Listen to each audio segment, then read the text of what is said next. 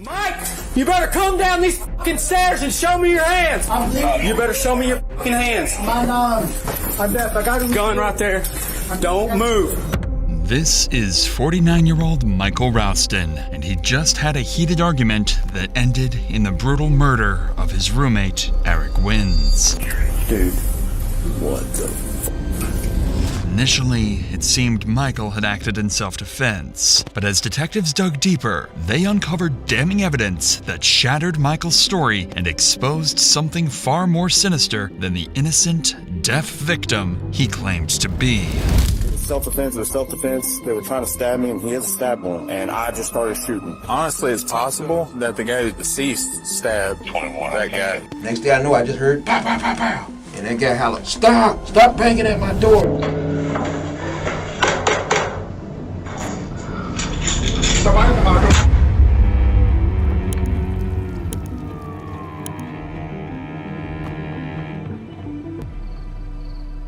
The town of Longview's night of terror would begin when police received a call from a distressed man reporting that shots had been fired during a violent clash between his roommates. The man was pleading for police to show up immediately. Officers would be quickly dispatched, clueless of what they were about to walk into.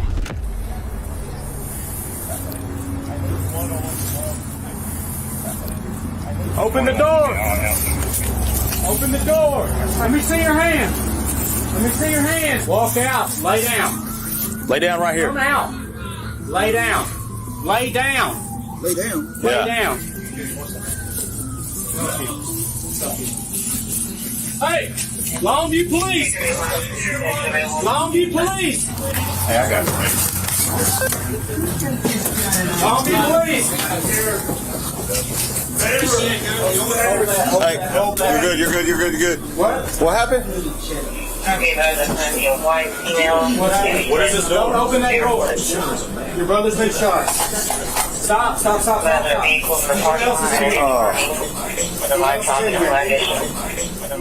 Upon entering the house, officers found an unidentified man bleeding heavily on the bathroom floor. The victim told police that his attacker not only stabbed him, but shot his brother as well. These terrifying accounts prompted officers to cautiously divide into teams, preparing to advance and search for the potentially shot victim. Hey, let's go around back. We're gonna go around back. This way. There's a door. Okay, is there okay?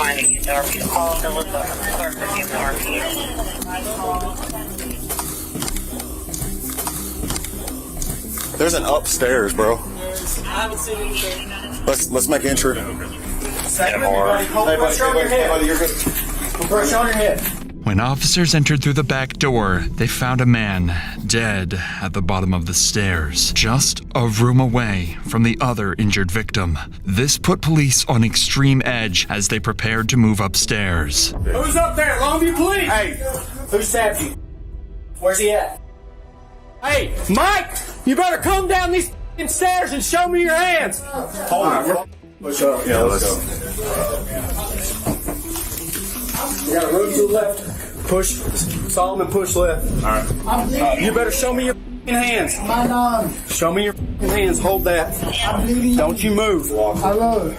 I'm deaf. I got a Gun right there. Don't move. This is 51-year-old Michael Ralston, another resident of the building, and the supposed attacker. Don't move. Don't move, buddy. Don't move. You got him. Yeah. Hold on. Come over here. Hold this. Yeah, I got the gun right here. You have any other guns? You have any other weapons on you? No, sir. The guy downstairs attacked me. Okay. I banged out the door. I opened the door, and he made some threats. All right. Check. Did you check everything? Is that locked door? Okay. Two guys tried to beat me up, and I got my gun and shot him and stuff. Okay, just relax, partner. Relax. I'm bleeding, sir. Where's he bleeding at? Michael appeared disoriented and in shock, claiming his two roommates had attacked him. He had a clear injury on his arm and looked genuinely panicked, so the officers thought his story might be true.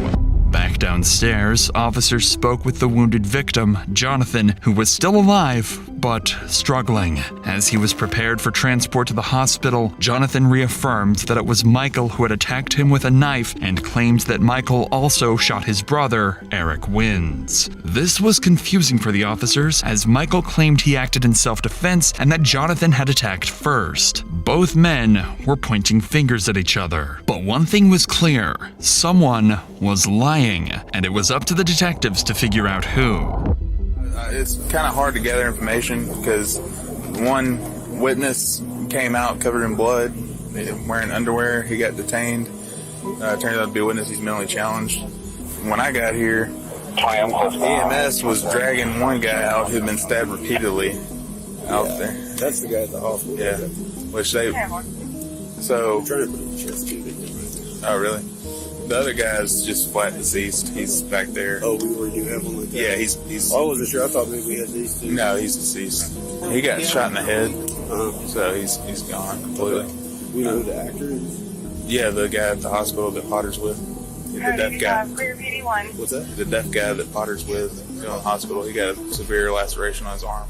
To make sense of the situation, officers needed to establish the circumstances surrounding the shooting and what led up to it. But with Jonathan in critical condition, he was in no state to be interviewed yet. So for now, detectives decided to sit with Michael for a formal interview, hoping his statement could establish a clear timeline of events and shed light on what had really happened. Here's what he told detectives.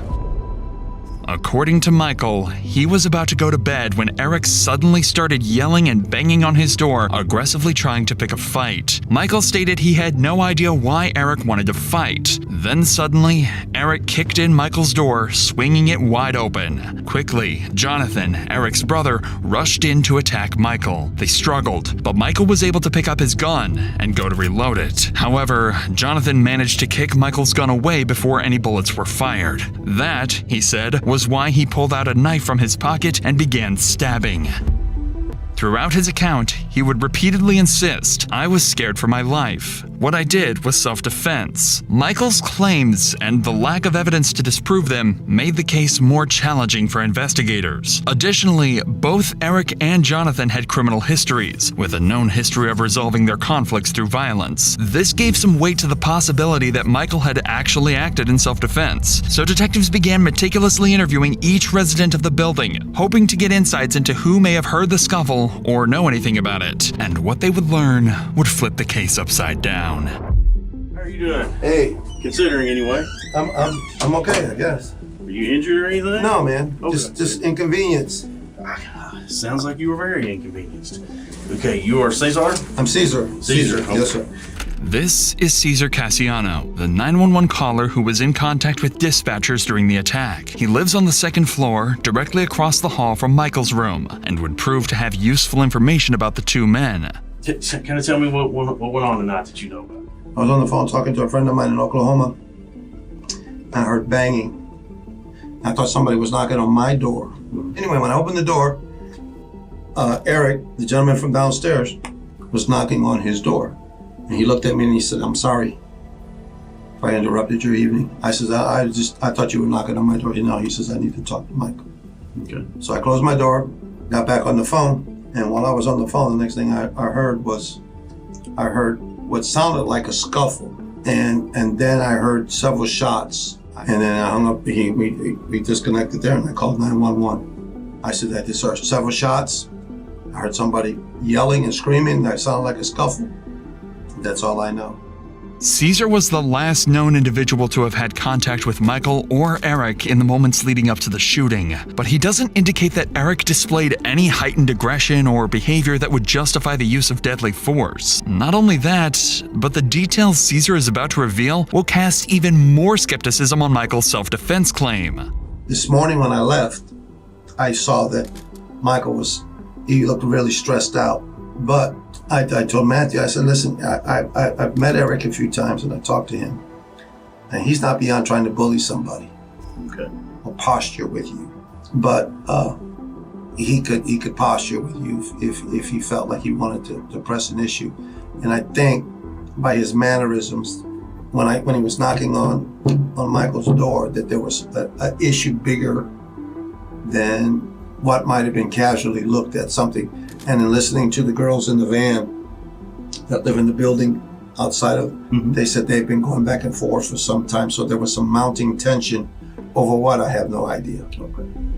By sharing these details, Caesar gave detectives crucial insight into the tense relationship between Eric and Michael. Later interviews with neighbors and other witnesses revealed strikingly similar accounts. Initially, Michael's story seemed to add up. If it had really been 2 against 1, with Michael being noticeably smaller than both Eric and Jonathan, it was plausible that he felt the need to use lethal force to defend himself. But there were a couple things that didn't quite make sense. Firstly, there was no damage to Michael's apartment door, despite his claims that Eric kicked it in. Secondly, neither Eric nor Jonathan had weapons on them. The only weapons involved in the scene had belonged to Michael. Lastly, Jonathan's injuries weren't at all consistent with Michael's story. Jonathan had been stabbed over 20 times. He had sustained 1 injury to his side, and the rest of the stab wounds were on his back, neck, and head. Based on the placement of the injuries, it appeared Jonathan had been savagely attacked while facing away from his attacker. All of this made it seem like there was more to the story than simply self-defense.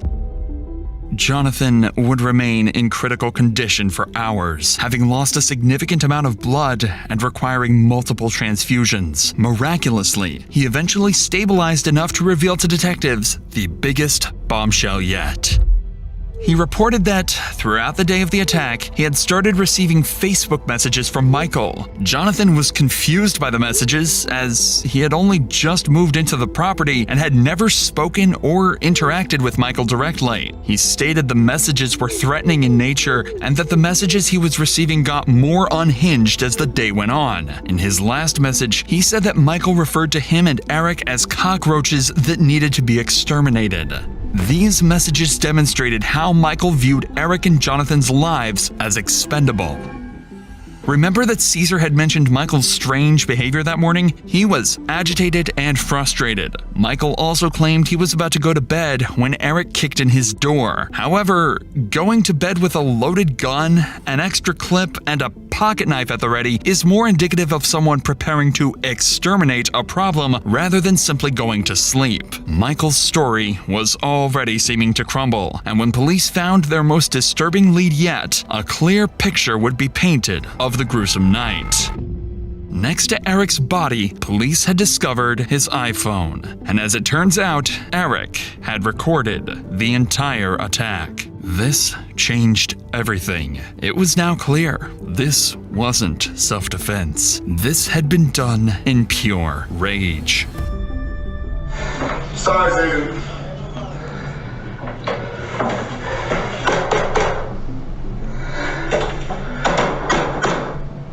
You keep sending me messages. I'm trying to answer you. I know you're deaf, so I'm trying to knock, but you can hear me. Quit sending me text messages about stupid shit.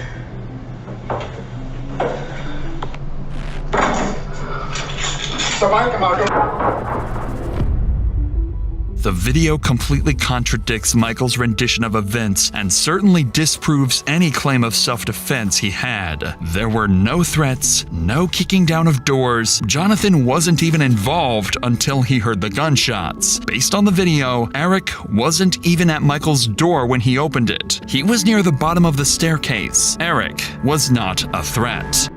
Michael, on the other hand, opened his door, armed with a gun and a pocket knife, clearly intending to harm Eric. During the fight, Jonathan tried to intervene and save the life of his brother, only to get himself stabbed over 20 times, all while trying to crawl away to safety. Seconds before the officers arrived on the scene, Michael can be seen collecting his gun from the laundry room. This evidence, combined with witness statements and Mike's own interview, would be enough to prove his guilt. Michael discharged his weapon 7 times, and 6 out of 7 of those shots hit Eric. Due to the placement of those wounds, there had been no chance of Eric surviving his injuries. Jonathan was stabbed over 20 times, all the while begging Michael to stop. EMS stated that Jonathan nearly died multiple times, and if first responders had even been a minute later, he would have bled out. Michael Ralston would ultimately be charged with the murder of Eric Wins and the aggravated assault of Jonathan Dillard. When presented with the phone recording Eric captured, Michael pleaded guilty and was sentenced to 30 years in prison.